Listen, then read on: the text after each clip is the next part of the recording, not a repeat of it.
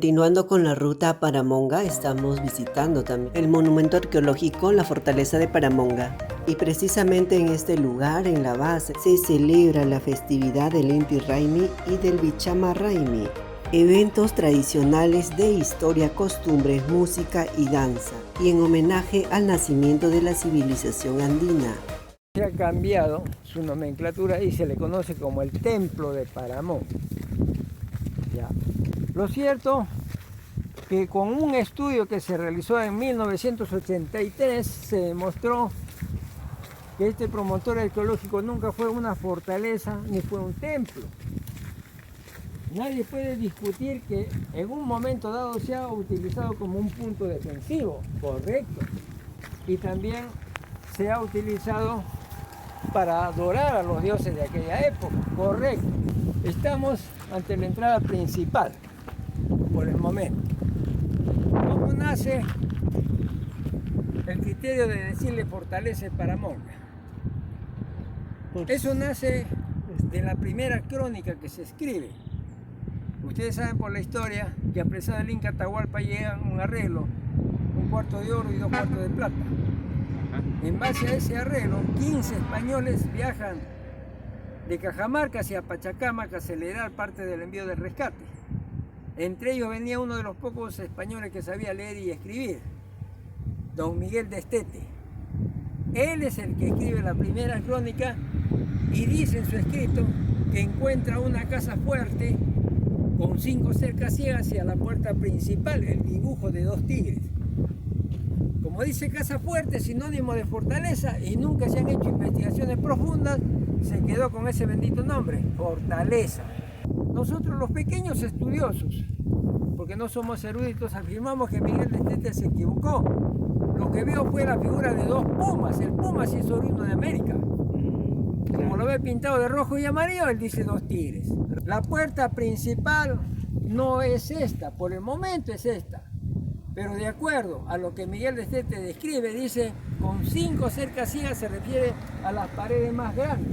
Si contamos de arriba hacia abajo, arriba hay 3 paredes grandes, esta sería la cuarta y la quinta, solamente quedan vestigios. ¿Ven ustedes esas paredes que suben por el cerro? Ya. Eso era la quinta, contando de abajo hacia arriba sería la primera. Eso cerraba con el promontorio que ven ustedes a la izquierda, el promontorio del frente y el de la derecha. Y más o menos en esta dirección, a 80 metros, ahí estuvo la puerta principal y el famoso dibujo de los 2 tigres. O sea, eso esta fue zona, lo que desapareció, correcto. por el tema de la agricultura, ya todo lo han Todo esto, con el desboronado. avance de que esto se hace terreno Agrícola, ¿no? todo se malogró. Este tipo de entradas que en lenguaje arqueológico se le conoce como puerta de doble capa, doble entrada, ya, y característica netamente de cultura incaica, trapecio truncado, abajo más ancho y se va cerrando un poco hacia arriba. Vestigio de los escalones que había en esta entrada, más o menos unos 4 metros, había escalones, característica de construcción incaica. Pero en la medida que vamos visitando la fortaleza de Paramonga, vamos a encontrar que hay las características de 3 culturas que han pasado y cada uno ha dejado sus rasgos. Claro, cultura Wari, Chimú y lo último es la cultura incaica.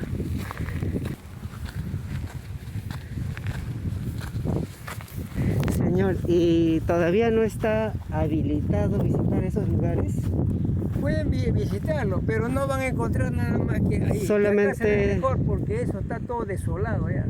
Claro. No se pueden ubicar ahí. Pero pareciera que con un trabajo de otra vez de limpieza, excavación, Sí. pueden salir otras paredes. No, de haber hay, pero lamentablemente tendrían que levantarse todo un croquis, un trabajo grande, no es tan simple. Exacto. Por eso yo siempre he promovido que venga un grupo de investigadores del Instituto Nacional de Cultura y haga la investigación pertinente y ellos hagan un informe y lo firmen para que tenga el peso de credibilidad. Eso es lo Si que le una persona falta. como ellos habla, nadie le va a hacer caso. Claro, tiene que tener prestigio. Tiene que tener prestigio, ese es en el Perú, pues. Señor, también habíamos escuchado de que por acá cerca había como un puente que conectaba hacia el cerro La Horca. Ya, no es un puente, es una leyenda. Hay una leyenda. Había un árbol de churrudo que está a la entrada, cuando bajemos les voy a enseñar dónde estaba. Según la leyenda, esa era la seña de un túnel que conectaba con el Cerro de la Horca, con la ciudad del Cusco y con la ciudad de Cajamarca. Y que dentro de ese túnel estaban enterrados los tesoros de todos los incas. Lo cierto es que muchos huaqueros lo buscaron, pero nunca se encontró el bendito túnel.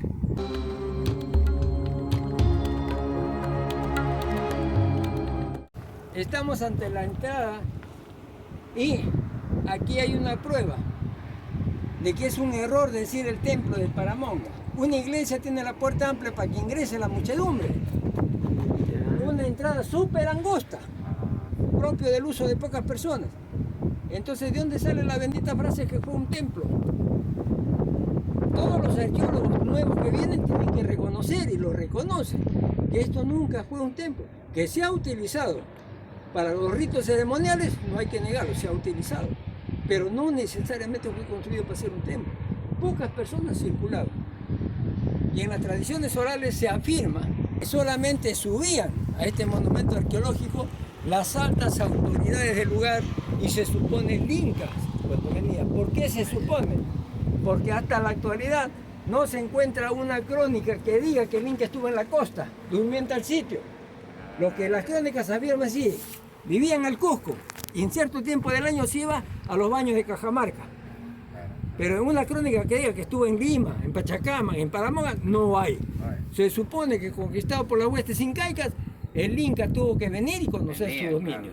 Vestigio de los escalones de aquella época, eso ya se acabó con el transitar de las personas.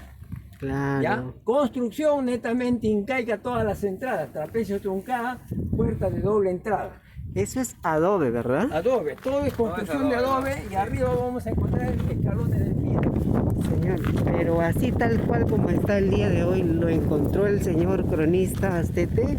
Sí. ¿O ha habido todavía un trabajo de limpieza? Ha habido, en 1960 hubo un pequeño trabajo de reconstrucción de las partes que se habían malogrado.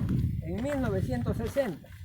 La empresa Sociedad Paramonga lo contrata a Arturo Jiménez Borja, quien llegó a ser director del Instituto Nacional de Cultura, y hace la reparación de las partes que se habían malogrado arriba.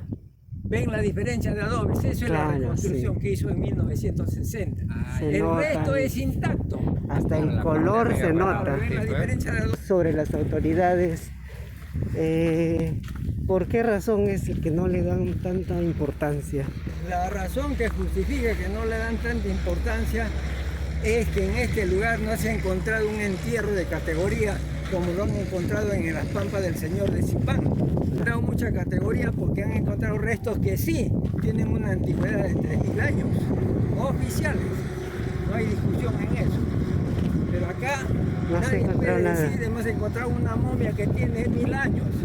Nadie puede decir hemos encontrado esta cerámica que tiene 2000 años.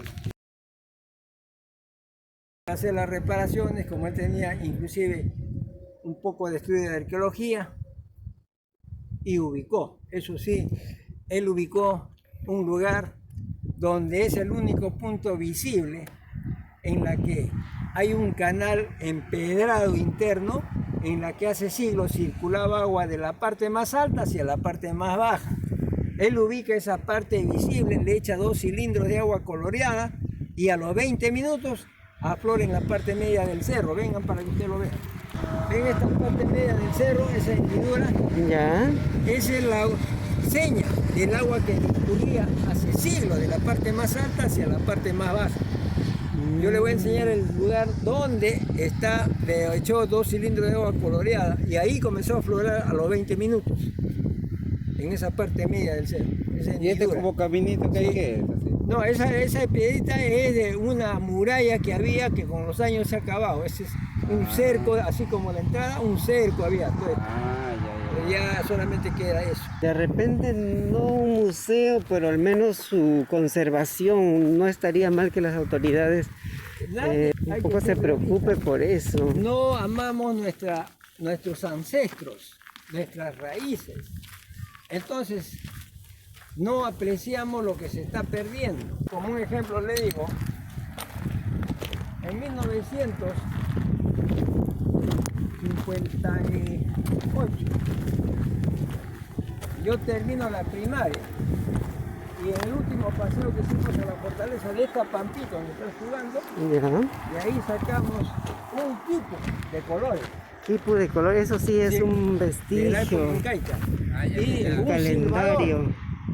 El silbador, cuando ahí lo silbamos de colores,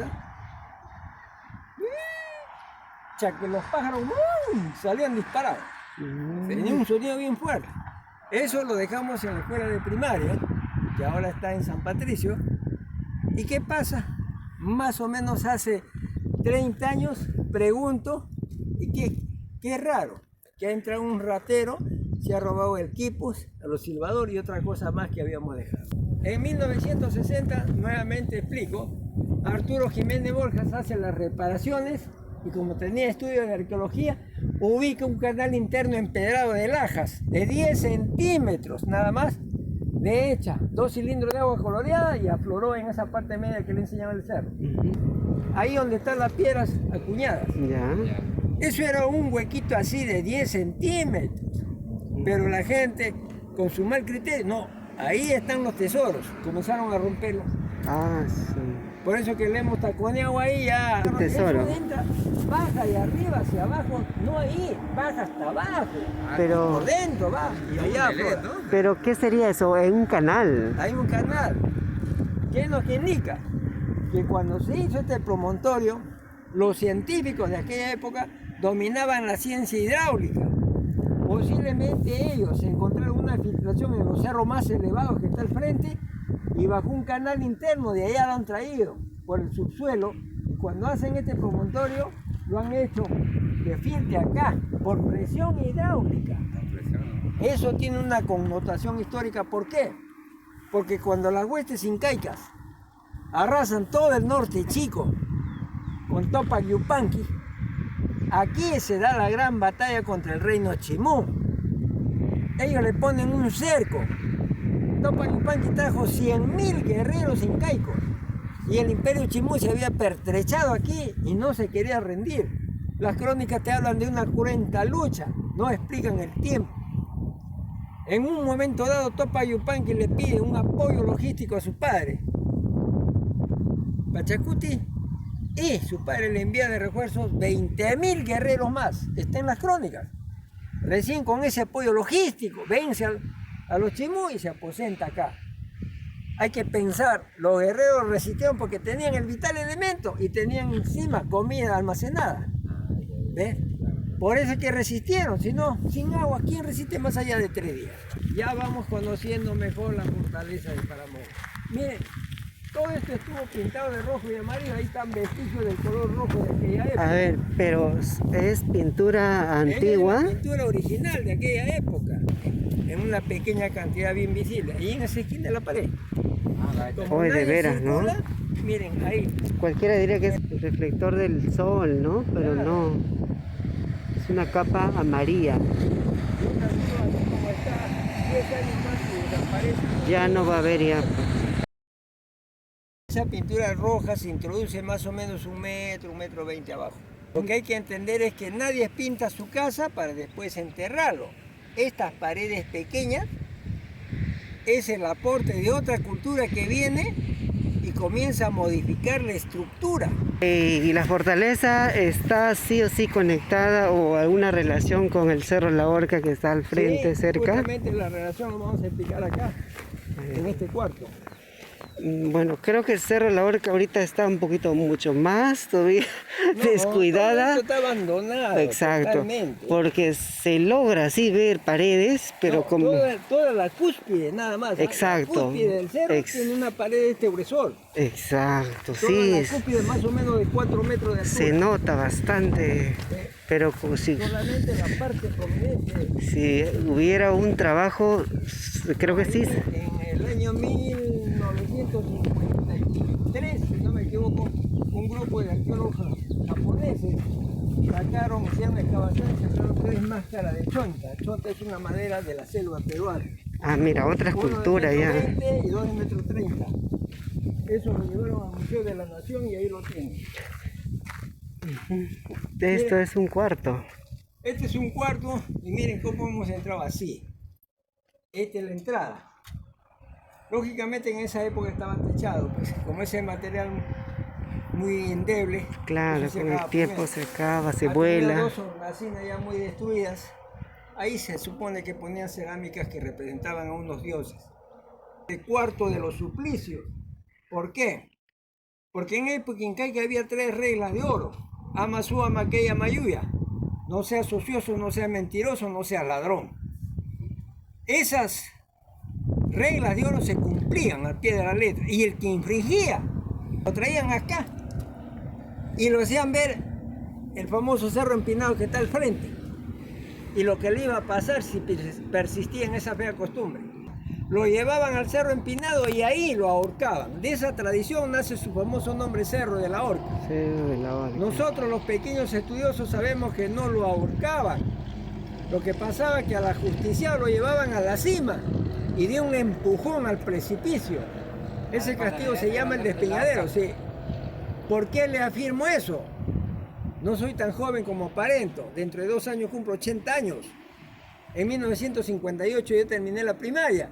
Y en esa época nosotros, los muchachitos, nos hemos paseado por ese lugar. Y ahí, abajo, hemos encontrado más de 40 esqueletos humanos enteritos de pies a cabeza. Eso ahora no existe. ¿Por qué? Porque en 1960 se crea el Colegio Miguel Grau y nacen después otros colegios secundarios. Y en el curso de anatomía los profesores nos exigían traer un fémur, un pedazo del brazo, un cráneo. Y todo el mundo desfilamos y sacábamos de ahí. Por eso que ya no hay nada. Ya no hay nada ahora, pues. Pero los que son mis congéneres de mi época recuerdan que eso estaba lleno de esqueletos humanos. Por eso el despeñadero se llama ese castigo. El despeñadero. De la cima lo empujaban y abajo se acabó. Al mar, época incaica, se cortaba de raíz. El monumento arqueológico La Fortaleza de Paramonga, destacada por su edificación, caracterizada por ser una importante pirámide escalonada a nivel estructural. Está construida a base de adobe y se puede observar el uso de piedra en la parte sur de la edificación. Ahí tiene el vestigio de color rojo, ¿no? Oye, se ve clarito. Como muy poco se transita por ahí. Igual con el tiempo, el sol se va perdiendo, ¿no? En 547 viene un cronista español, don Pedro Cieza de León, y dice de la fortaleza de Paramonga lo siguiente. La fortaleza de Paramonga es una galana, sus paredes están pintadas de rojo y amarillo y en ella hay dibujos de animales fieros y pájaros. Imagínese usted cómo era de belleza este lugar. El complejo arqueológico se encuentra sentada sobre una colina y se trata de un grupo de terrazas escalonadas superpuestas que en conjunto forman una pirámide. En el año 2006, el Instituto Nacional de Cultura, por Resolución Directoral Nacional número 083, lo declaró Patrimonio Cultural de la Nación.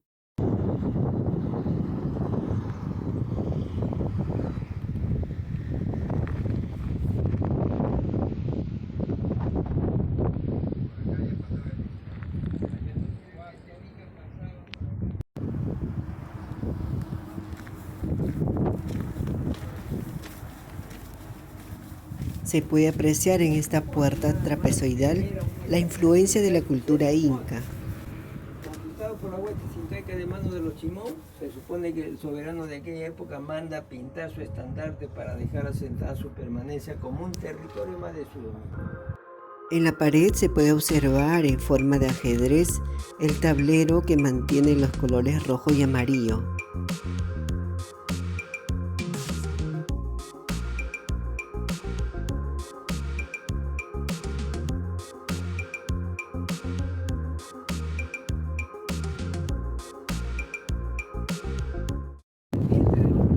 Adoraban ahí a su diosa delante de la diosa. Solamente tiene 4 hornacinas nada más. El cuarto del sol tiene 2 hornacinas y lo que ven como roperos encontrados puertas ciegas. En 1983 hace su aparición el libro Génesis de las Culturas Andinas, escrita por Carlos Mía Viena, arquitecto. él sorprende al mundo arqueológico. Y hablando netamente, él habla de todas las ruinas a nivel nacional, pero hablando de Paramonga, dice así en la tesis que sostiene. Aquí en Paramonga se ha construido una estructura angular cuyos límites laterales estarían alineados con la posición que tenía la estrella ecuatorial en la noche de los solsticios en la fecha que se construyó. Noche de los solsticios, 22 y 23 de junio, 22 y 23 de julio. En esos días la estrella ecuatorial tiene una posición definida. Él toma como base esa ubicación, traza todos los planos de fecha de construcción de este monumento arqueológico, el año 870, siglo IX. No existía la cultura chimú ni la inca. Él afirma con mucha categoría que esto es construcción Huari. Y dice que los mismos constructores que hicieron Pachacamac al sur de Lima vinieron y construyeron este monumento arqueológico. Y es enfático en afirmar, no se construyó para adorar a los dioses de aquella época, se construyó para estudiar el movimiento de los astros. ¿Por qué le digo esto? Porque en la época de los Huari nacen los famosos tambos, lugares donde se guardaba ropa y alimento para auxiliar al damnificado, porque ya se había estudiado el fenómeno de la corriente del Nilo a hacer estragos. ¿Y qué pasa? Han pasado siglos, hay universidades, científicos, y la corriente del Nilo nos sorprende, nadie sabía que se venía. Es un fenómeno. Muy similar al Intihuatana, ahí en el Cusco, ¿no? Ahora no sabemos en esa época cuántas horas existían. ¿Correcto? Yo me atrevo a pensar nada más, a imaginar que tal vez solamente marcaban 3 horas definidas. 6 de la mañana, 12 del día y 6 de la tarde. ¿Por qué? Porque en la época incaica se tenía el criterio de que el sol tal vez al día siguiente no aparezca. Por eso que de noche no guerreaba. Entonces, por eso el Cusco de piedra más grande, más anchos, más angostos, más pequeños. Por si acaso les digo, no se dejen engañar si van al Cusco, muchos guías de turistas les engañan. Dicen que ahí lo ponían a los esclavos y los mataban de acuerdo a la conjetura. No, esto es en base a una creencia religiosa. En la época incaica se tenía el convencimiento que cuando se recogían en oración y pedían el apoyo de sus antepasados, ellos regresaban al mundo presente y apoyaron en las decisiones que tomaban. Según su criterio, esta es la puerta de ingreso del mundo del más allá al mundo presente. ¿Sí? Sí, por eso le dicen puertas ciegas. Esa es su función. No es que ponían a los esclavos y los mataban. ¿Se dan cuenta? Ahora sí, en las tradiciones orales. Este es más pequeño. Algunos son más delgados, otros son más bajos, otros más anchos. ¿Y estos de acá? No, esos son hornacinas donde se ponían cerámicas que representaban a los dioses de aquella época.